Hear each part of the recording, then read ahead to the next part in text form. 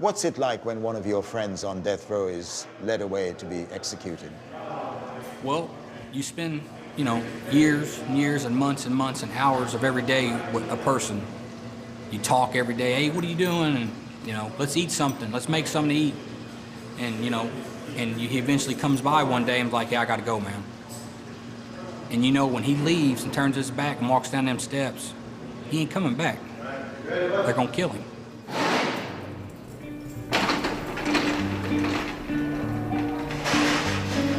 About an hour's drive south of Chicago in the state of Indiana is one of America's oldest and most notorious maximum security prisons.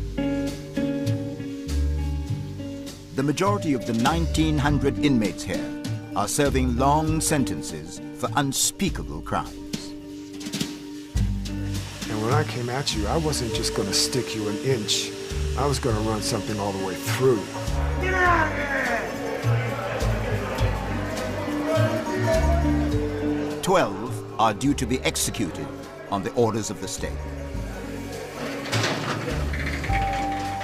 For 2 weeks, I was given privileged access to this dark and forbidding world. I do deserve to be executed. Bottom line, I ain't gonna candy coat it. I deserve to be executed. Welcome to Indiana's state prison.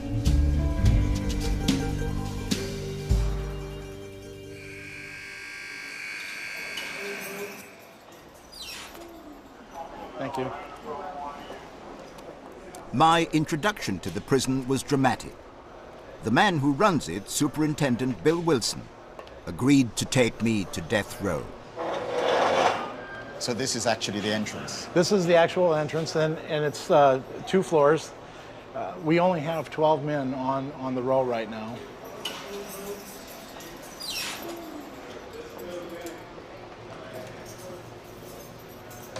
You have to sign yourself in? Mm-hmm.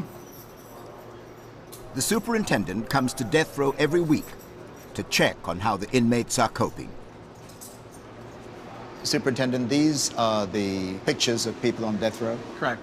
These are the 12 gentlemen that are on death row, and it shows their cell location so that staff never have to question where they're at. No staff members are allowed on the unit when the offenders are out.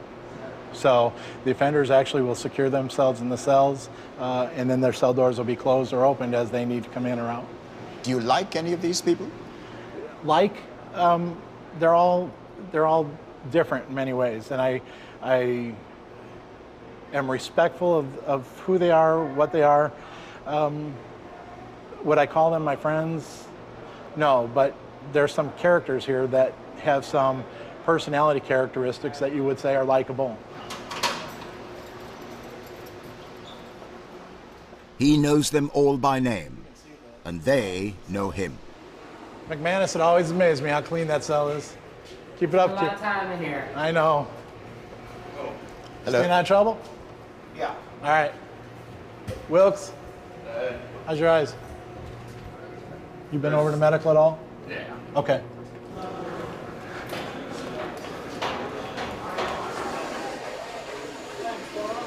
I'm all right. How are you? Just 1 second. How you been? All right. You? I'm doing all right. How you doing? Hi. Is tension high? Not for me. Okay. I'm good. All right. Richie? What's up? All right. What's all this? Mr. Ritchie's wife, I believe, is from England. Which part of England is she from? St. Albans. Uh-huh, in Hertfordshire. Yeah. Yes. Yeah, I met her about 4 years ago on a pen pal, and we hit it off instantly. And she came over, visited, couldn't get enough, and married me. How often do you get a chance to see her? Every weekend. Do you mind doing this? Oh, no, not at all. Man. Yes. It is very, very unconventional, though, because the end game in this relationship is one that you know and she knows. Well, yeah, kind of, because a lot of guys can get off death row. A lot of us are getting off death row. But cases like mine and like another gentleman back here, you know, we didn't kill no women or kids. We were charged with shooting a police officer, and they just don't let guys like us, no matter if you got good issues in your case or not. Legal issues to let you off death row, it doesn't matter. You know what I mean? She knows that, and she married you. I know. I found something now. See, I was a stupid kid at 19 and 20. I made very poor decisions. I would make decisions. I would do things without thinking about them, and I didn't give a damn about the consequence at all. That kid, to me now, 32 years old, that kid's gone. I'm not saying I'm rehabilitated. You know. You're not saying that? No, I'm not. But I am saying. Why not? Because I'd be bullshitting you. I'm not going to sit here and lie to you. I'm the kind of guy that does need to be in prison. Why are you the kind of guy who needs to be in prison? Because I'm the kind of guy, if I get fired from a job and I can't find a job, I'll do it the legal way, try to get a job, and I can't find a job, and I can't pay my bills, I'll go get a gun and I'll pay my bills. And I won't think nothing about it. It won't bother me at all. You've described the person you are, but how do you see your life looking down the line? Where does it go? Where does it end up? Either in a box or doing a life sentence in population. That's my choices right there. Doing a life sentence or being in a box. And I gotta watch my wife grow old through these bars.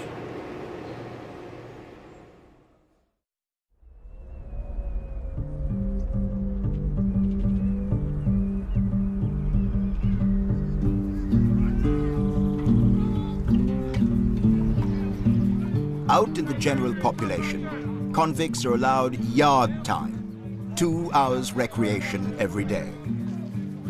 Save for taking showers and meals, this is their only opportunity to mix and to make allies.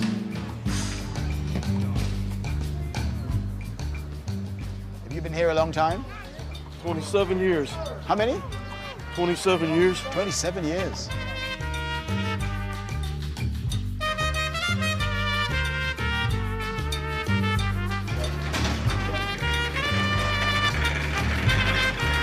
I was heading to the Administrative Segregation Unit with Lieutenant Gillespie. The men here are among the prison's most dangerous. This is Sergeant Fagan. This is his unit. Lay down here with the flag, bro. Get out of here! Many of the offenders here are gang members, drug dealers, and sexual predators. Everything they do is monitored and carefully controlled. Could you tell me what this list of names is all about? All right.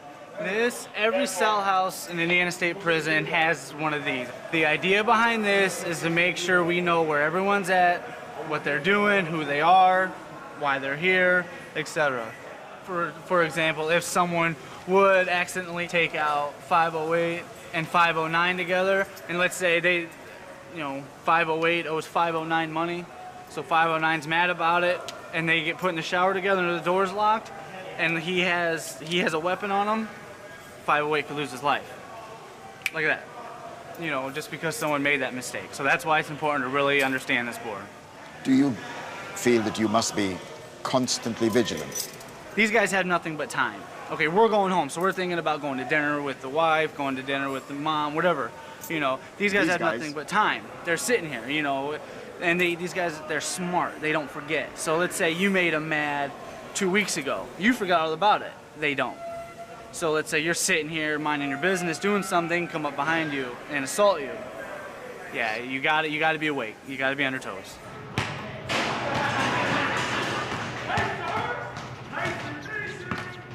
The offenders in this unit are locked down for 23 hours a day. And when they're allowed out for their 60-minute break, they're kept apart in individual steel cages.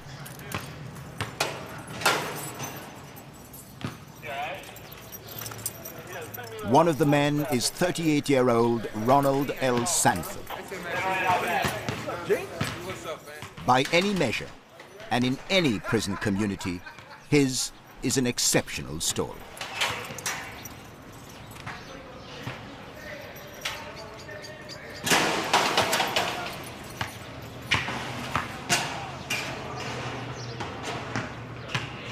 When did you come here to Indiana State Prison? Oh, well, I came here in 1989 at the age of 15 years old. I was actually convicted of the crime that I'm here for at the age of 13 years old. And what was the crime? Double homicide. So I committed a double homicide at the age of 13 years old. At the age of 15, my case had ran its course through the court, and I was sitting here to this prison in 1989. A double homicide, yes, sir. At the age of 13? 13, yes, sir. That's very, very young. It's tragic, to say the least, and it is very young, absolutely. It's unheard of, you know. Wow. It's unspeakable, to say the least. Even reflecting on it almost 25 years later. In August, it'll be 25 years since that crime took place. It's still very vivid, it's still very poignant, it still resonates, and it still has the same amount of tragic elements involved in it now as it did then. And it will always be with me for the rest of my life. I always say it's like an albatross around my neck. No matter where I go or what I do for the rest of my life, it'll always be with me. What were the circumstances which led up to the incident which led you in prison at the age of 15? Me and a friend had basically planned to get money to go to a fair. And to do so, we're going to cut grass. And we went to a home, basically, and they said they didn't want their grass cut. And rather than continue on the vein and go to the next home, we decided to push into the home, essentially. And it ended in a double homicide. It's that simple. And for our complicity in that crime, I was sentenced to 170 years, 170. You got a sentence of 170 years. Yes, sir. However you cut that, you are not going to get out of here. I'm eligible for parole when I turn 100 years old. Have you ever thought about all the things that you have missed that other 15-year-olds go through as part of their normal lives? Absolutely. I've never been to the prom, I've never driven a car, I've never had a driver's license, I've never filed tax returns, I've never been on an airplane, I've never traveled abroad. Should I continue? My life has been lived in this prison, and it seems as though I've been in this prison so long that I've never been free. 25 years in prison, you know, it's a long time. Especially when you come in at the age of 15. Yeah, really. Ariel, thank you so much for talking to me. Thank you for taking the time. I appreciate you.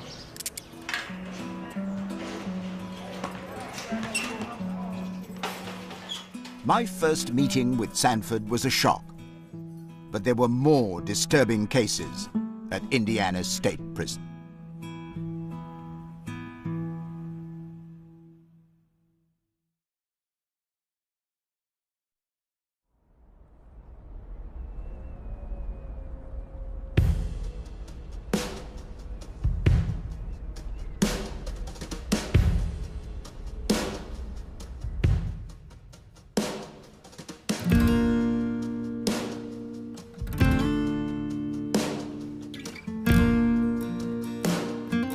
One of the oddities of the American prison system is that an inmate can spend 20 years on death row exhausting the appeals process before he's executed. In all that time, convicts are confined to this cell block and have little contact with the rest of the prison. Paul McManus killed his wife and 2 young daughters. Mr. McManus, the first thing I noticed about your cell that is terribly clean, very different from any of the others. Right. Why is that? I feel if I don't use it in a month, then I probably don't need it. Yeah, but it's more than that, isn't it? It's particularly clean. Well, me personally, I don't read or write, so I have a lot of time on my hands. So I clean because I don't write letters, I don't read books. There's only so much on TV you can watch before they show repeats. So it gives me a lot of time. So I just take pride in cleaning my cell. Was your life before you came to prison very similar? Were you a very tidy person then? Not so much. I worked a lot, so I was always busy. So I like to stay busy. It keeps my mind. So it works both ways, I guess. You know, I keep busy in here, but I've pretty well done all I can do in here. I might have to move to a different cell and do the same thing, but I've been here over a decade, so I'm just now getting it where I like it. Does being on death row take a physical, emotional toll on you? Oh, it's definitely up and down. Definitely. Now, I did weigh 250 pounds almost 2 years ago. and now I weigh 166. Now I have pictures of them if you would like to see them. I got them right here, as a matter of fact. Yes. And you can see the difference. So this is... It's all me. This is all you. So you lost a lot of weight. Right. It's you know, it's depression a little bit, you know, and it's also just, I mean, it's like I said, it's a roller coaster. It's up and down.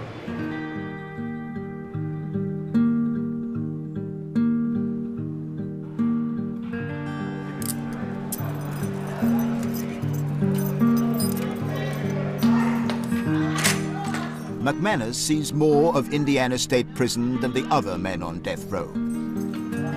He's a diabetic and is allowed a daily visit to the prison hospital. The authorities must treat him, although they will, in all probability, put him to death one day.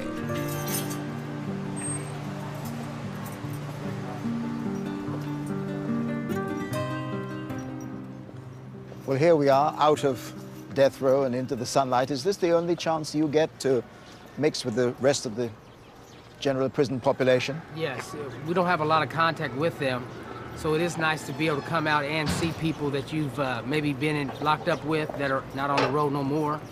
And every once in a while, you can, you know, have a little bit of contact with that person, just for a brief second. Were you on any kind of medication, like insulin, before you came? No, before you came to prison? Absolutely none. Zip. Now, you know, I take quite a few pills and the insulin shot. It all comes down to the food and also how you know, you have your ups and downs where you gain weight and then stuff like that. So, I mean, that does play a factor.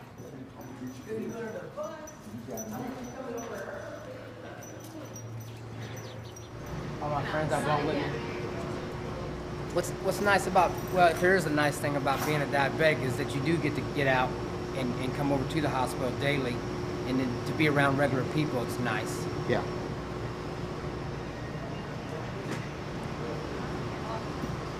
Put you back to normal. All right. All right, thank you. See you later.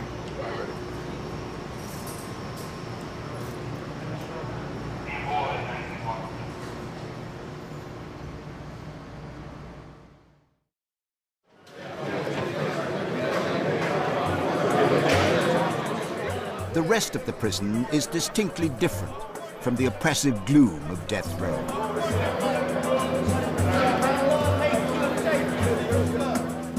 Lunchtime in cell block C. Prisoners have a chance to spend time in the open air.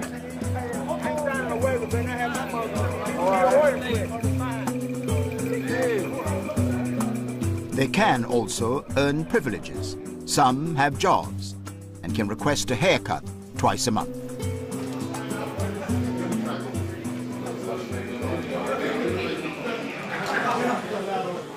All the barbers are convicts. Rick Parrish is serving 3 life sentences, plus 10 years. I must say, walking into this place is one of the most extraordinary experiences I've had for a long time. You wouldn't have thought that this was a barbershop or in a maximum security prison. Well, we work hard to keep it unique in here because we like the atmosphere. We like being able to come in here and relax. It's neutral territory for gangs, for officers. I mean, if you come to the barbershop and you're a gang member, would you start trouble with a guy that's standing here with a pair of shears in his hand like this? No, I wouldn't. I suspect not, too. That's why there's no trouble in here. There's still, though, this feeling of unreality about people with instruments like these in a maximum security prison. I've been here 37 years. We've never had an incident in the barbershop. We've never had an incident with the shears. Never had a problem. You've been here since the 70s. That's a long time. January 75. Long time. Yeah, yeah. Well, you know, if you do it a day at a time, like most of us do, you do time a day at a time. Sometimes an hour at a time, sometimes a minute at a time, whatever it takes to get through. Then you look up one day and 37 years have went by.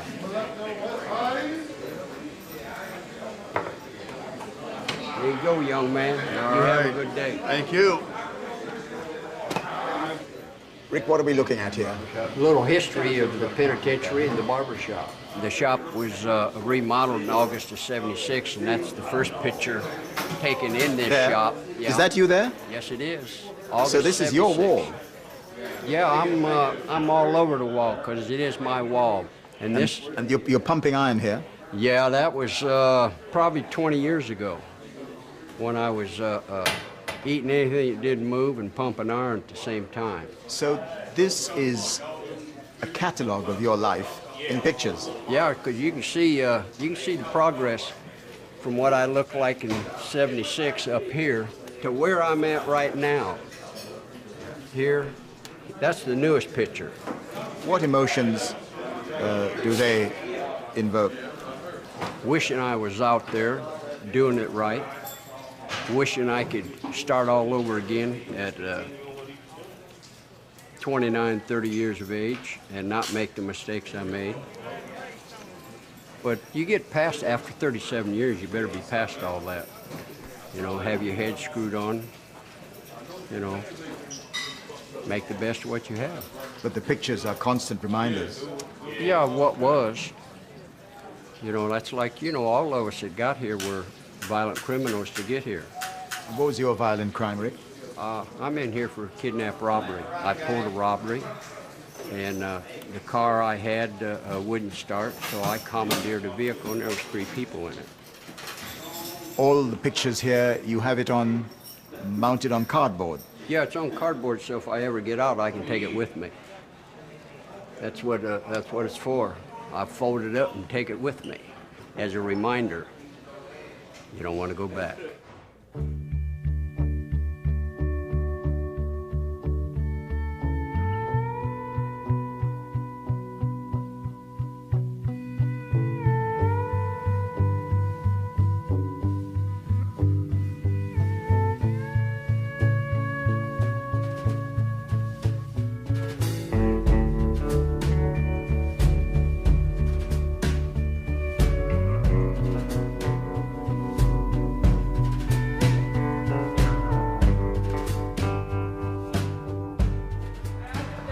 Back down 200.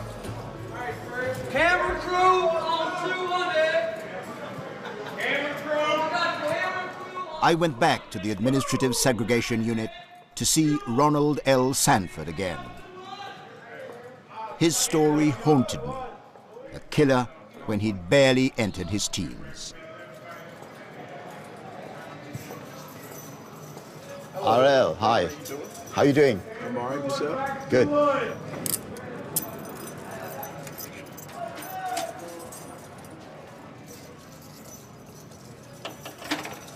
How do you get accustomed to life in this environment? It takes some getting used to. It's tough. There was a young man on the range, a very young man, maybe 19, 20 years old. He's exhibiting psychosis. They took him to see the psychologist because he's having trouble adapting. This is an abnormal environment for a human being, certainly. You know, these are essentially cages.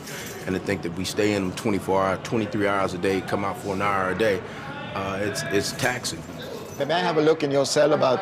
Absolutely. Have a look at some of the books? Absolutely. You absolutely may. So. Yes, Lieutenant, would you mind opening up? I'd just like to have a look. Yes, sir.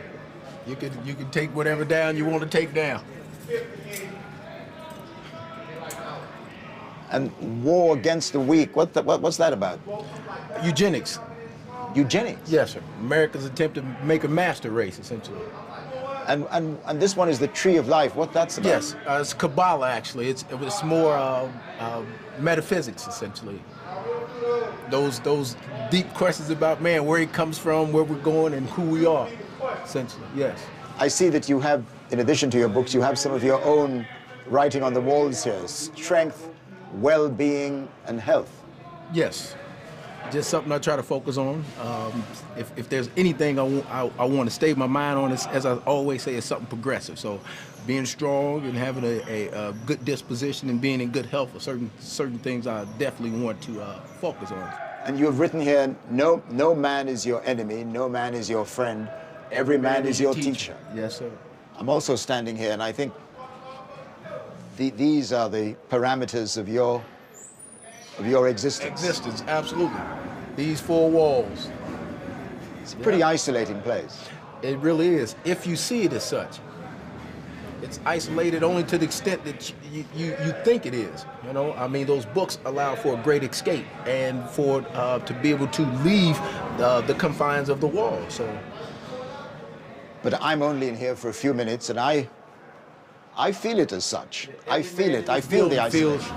Everybody in this building feels the confinement that we're suffering here. You know, you put an animal in a cage for too great of a length of a time, it goes crazy. You know, how much more so humans? You know, so.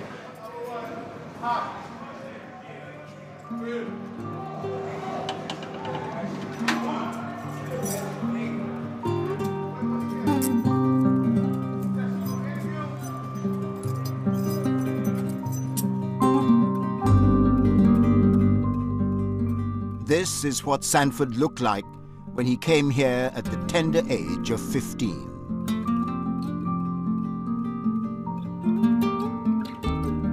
His murder of 2 elderly women in 1987 netted him the meager sum of $5. On that vile act, he must reflect for the rest of his life.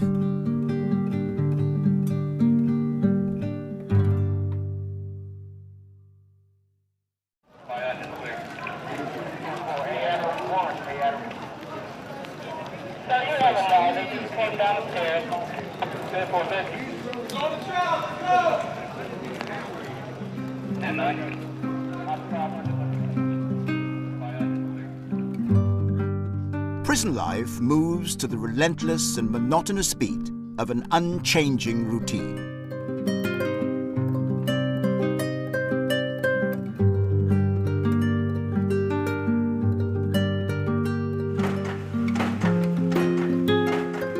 Some inmates get the chance to relieve the tedium by working.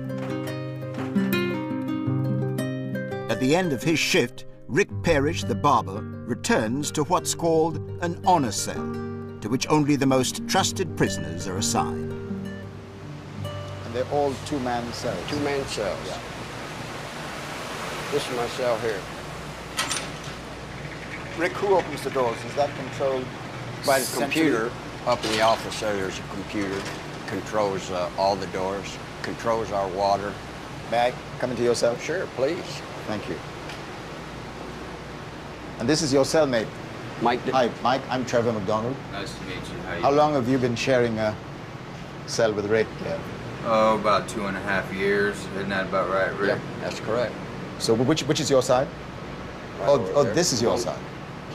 It strikes me, too, that there has to be a rather clear division of what's yours and what's Mike's. That's Mike's cabinet over there. Yeah. And he has all his commissary and stuff in there. This is my cabinet here. And I have my commissary and things in here. But in general, we're sharing a space. You have to try to give the other person their privacy. If he's doing something and he's up walking around, I try to stay over there. And he does the same for me. You know, just, you know, try to take turns doing things, because it is close quarters. So this is an improvement from any other part of the prison? You've been in a regular cell house. You've seen how they live over there. You've heard the noise. You hear how quiet it is. It stays quiet like this most times. And sure, you have to put up with another human being, but it's worth it. It's worth the sacrifice. Rick's honor cell does not insulate him from one stark reality. Death row is within shouting distance in the same block.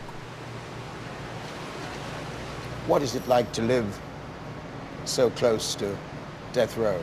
Well, I just block it out. I don't pay any attention to it. I'm a barber and I won't even go over there and cut hair because I don't want to get to know any of them. You know, you lose enough friends through attrition in here as it is without them being on death row. So I don't even want to get familiar with them. Why don't you want to get familiar with them?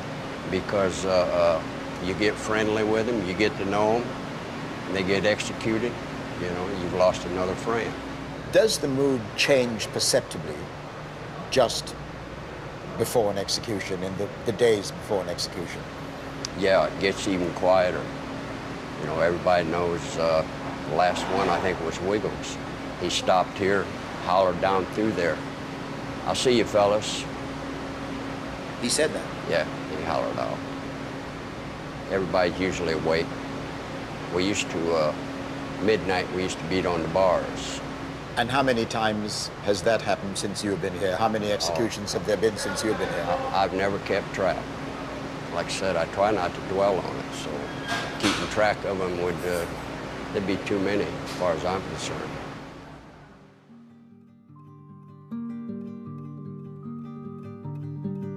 Rick Parrish says he's never kept track of the number of executions. Someone on death row obviously has.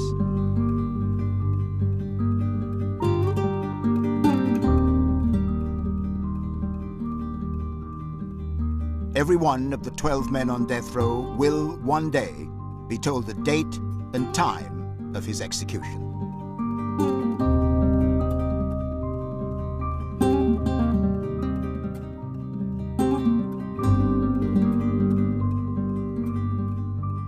That common fate inspires unusual friendships.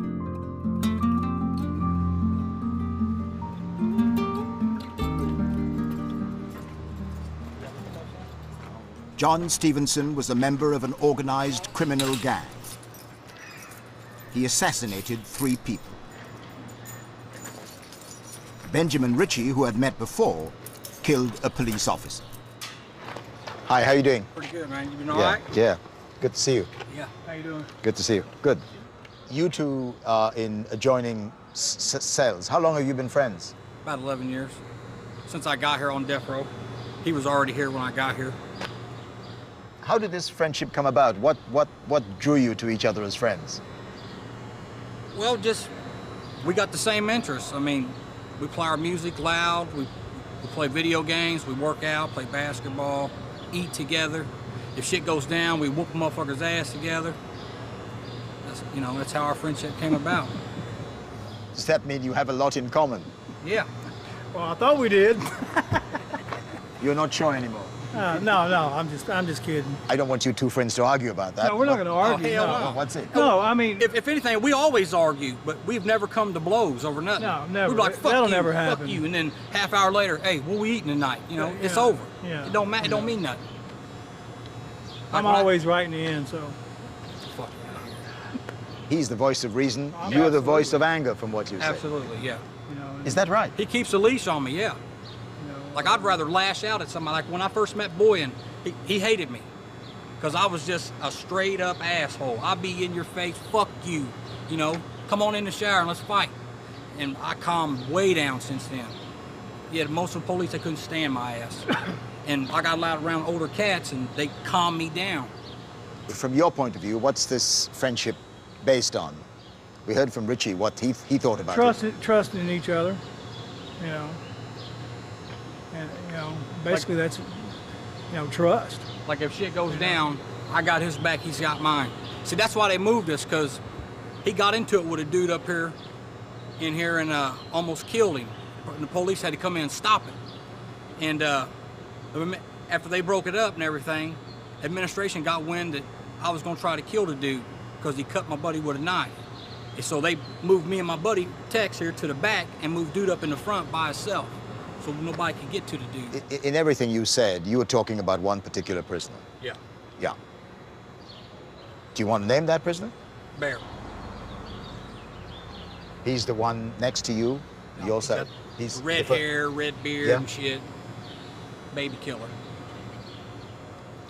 And your dislike of him and the fact that it's impossible to form any relationship with him is not only because he attacked your friend, but because of what he did to get here. And what he represents as a man. He has no morals.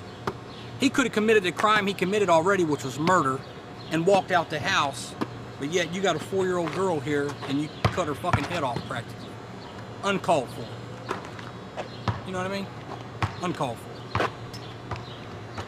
And then you come in here and want to walk around with your chest puffed out, and you get your ass kicked a few times, and you know, and it still doesn't help to do. The only help for a dude like that is to be put down. Within the first 2 weeks of being on death row, I watched a man get murdered in front of me, get stabbed up 42 times, dispatched instantly. And that was my wake up to death row. Like, if you come here, you want to be a bully, you want to take shit from people, this is what's going to happen to you. The dude was just butchered. Although you witnessed something so horrendous, you still sound pretty angry. But see, here's the thing. If you show any sign of weakness in here, the sharks will circle. I won't be a victim. I'll be one of the sharks. Wow. I think the sharks are going to circle regardless.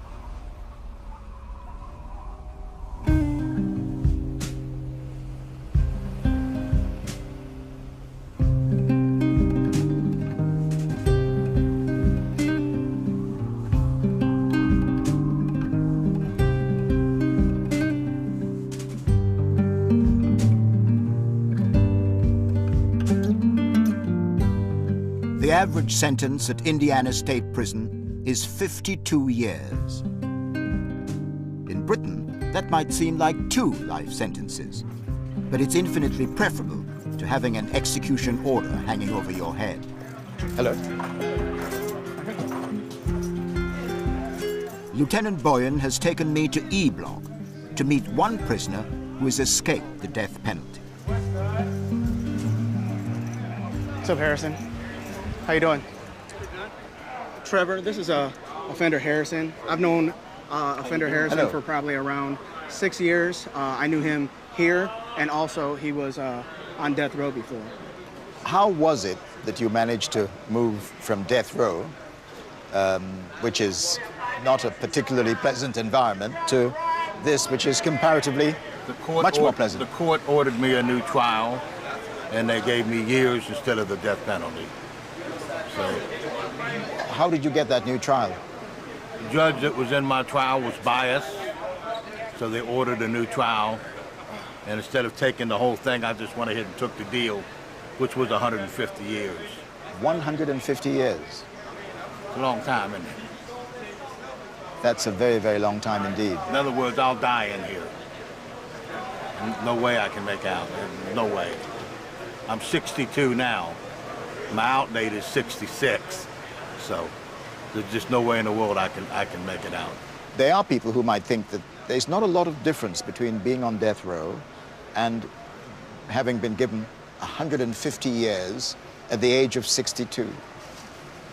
It's like you said, there's still hope there. There's no hope on death row. Once they put you to death, that's it.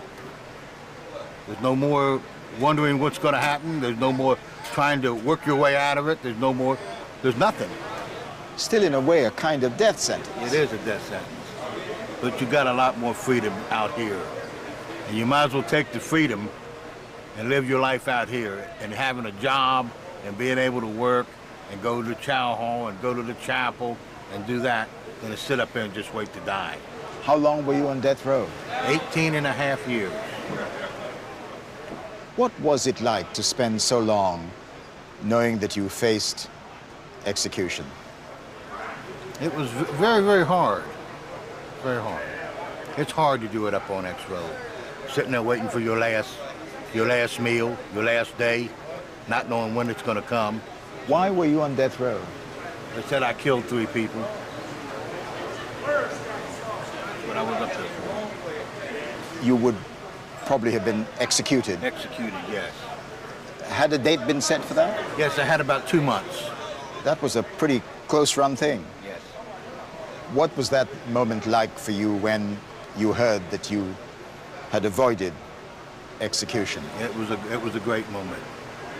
It was a great moment. Even though I still got a lot of time to do, like you said, where there's life, there's hope.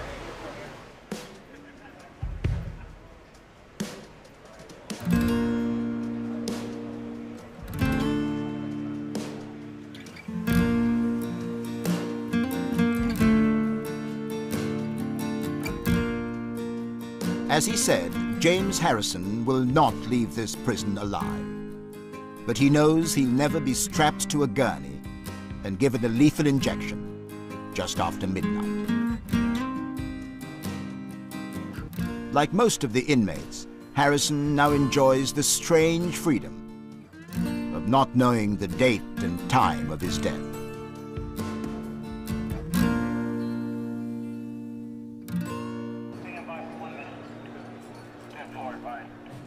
Before leaving the prison at the end of my first week, I asked to see Benjamin Ritchie again. But this time, face to face. In the year 2000, he shot and killed a policeman. At the time, Ritchie was on parole for burglary.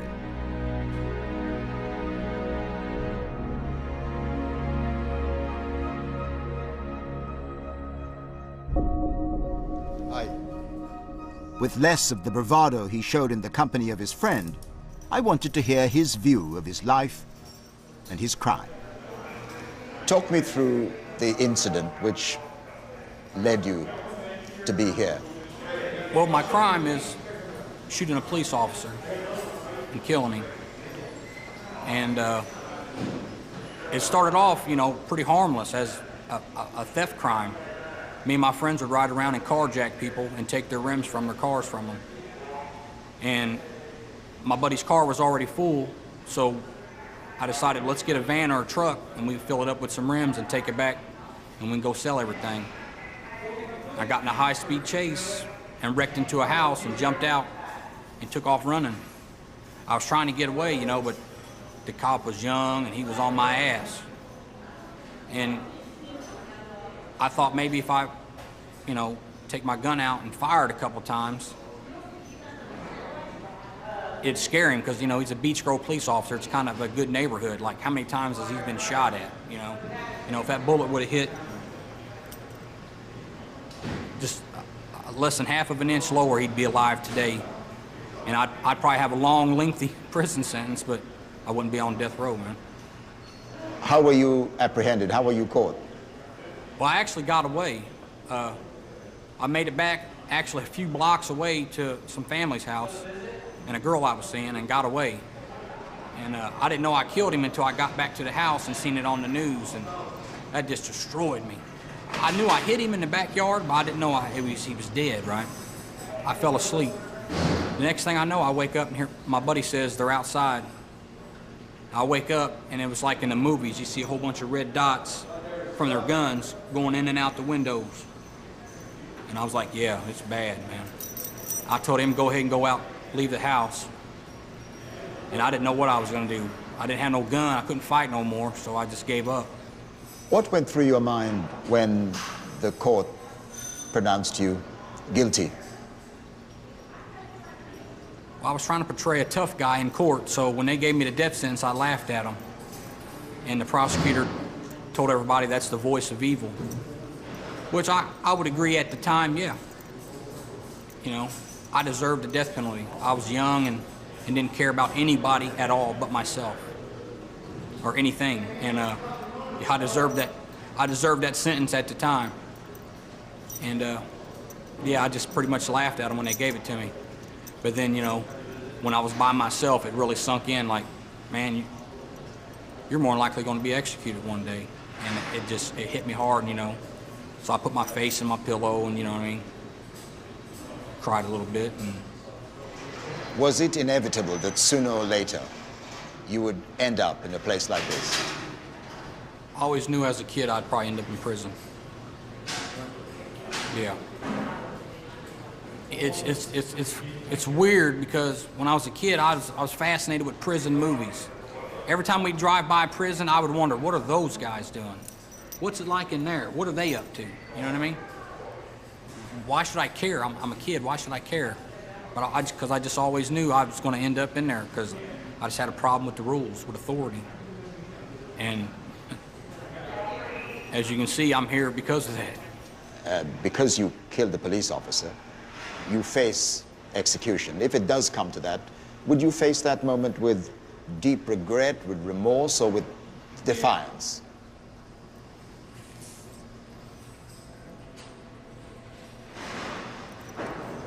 I would definitely regret it and definitely have remorse. But I'd also have a little defiance, like, why are you killing me? You said killing's wrong, but yet you're premeditatedly strapping me to this table and you're gonna poison me to death. You're gonna kill me. And that's what I would, you know, resent.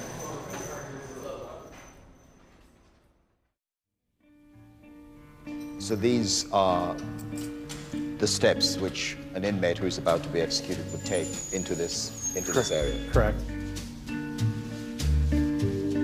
Next time, I talk to the man who could be next in line to be executed. When you sit here now on death row and you reflect on what you did, what do you think?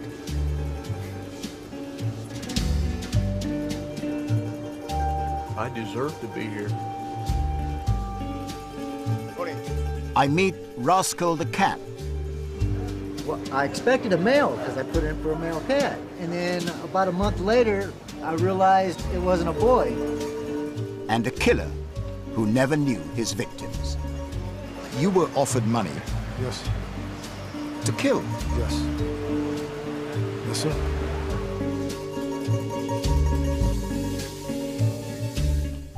And you can see the second part of Inside Death Row with Trevor McDonald at the same time next week here on ITV.